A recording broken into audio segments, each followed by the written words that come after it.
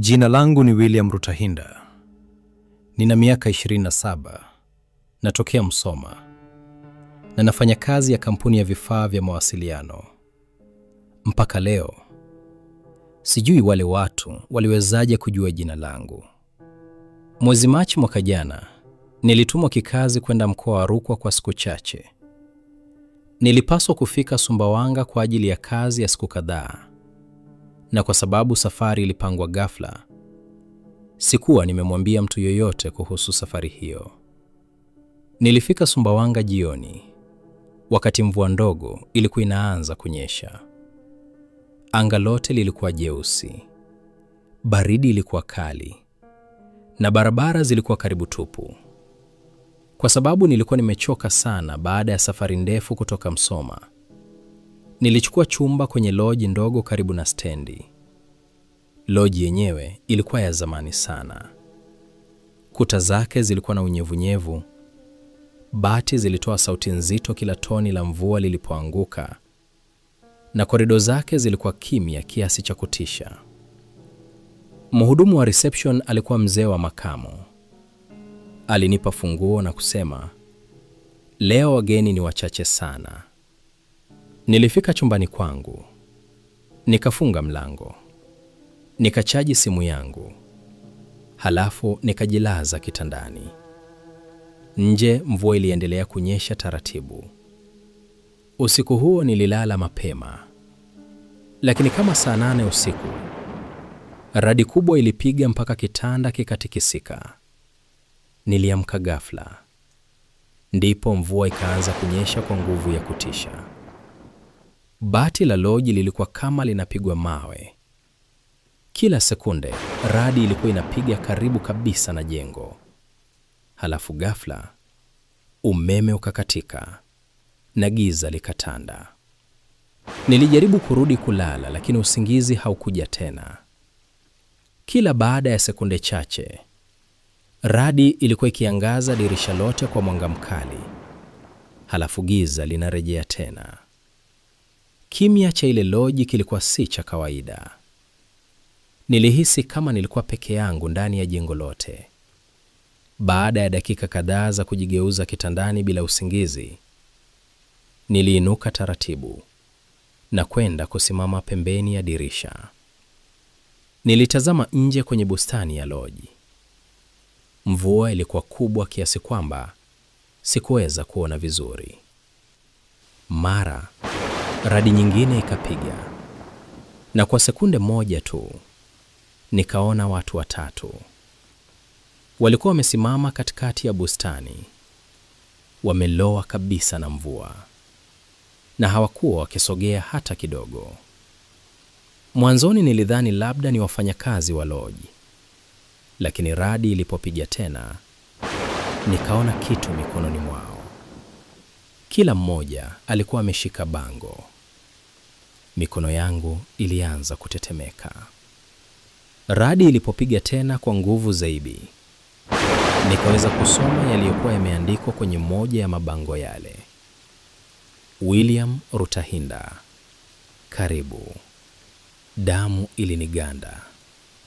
Nilihisi tumbo likipata baridi ghafla. Sikuwahi kumwambia mtu yoyote kuwa nimekuja Rukwa. Hata safari yenyewe ilipangwa ghafla siku hiyo asubuhi. Sikumjua mtu hata mmoja kwenye ule mji. Lakini wale watu walikuwa pale nje, usiku wa saa 8, kwenye mvua kubwa, wakinitazama. Nilijaribu kujiambia labda ni utani fulani, lakini radi ilipopiga tena, nikaona sura zao vizuri. Na hapo ndipo hofu ya kweli ilianza. Sura zao zilikuwa zimeharibika vibaya. Mmoja alikuwa hana pua kabisa. Mwingine sehemu ya mashavu ilikuwa imeoza mpaka meno yanaonekana. Na yule wa katikati alikuwa anatabasamu. Tabasamu lile halikuwa la kawaida. Lilikuwa kama mtu aliyekufa zamani.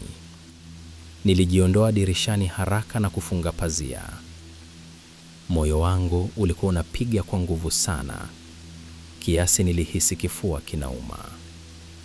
Nilikaa kitandani nikijaribu kujiambia labda ni ndoto, lakini baada ya dakika chache nikasikia kitu nje ya mlango wangu, kama miguu ya watu walioloa maji. Pole pole ikasimama nje kabisa ya mlango wangu. Nilishindwa hata kupumua vizuri. Kisha nikasikia sauti ya chini sana, sauti ya wanaume wengi kwa pamoja zikisema, William, karibu.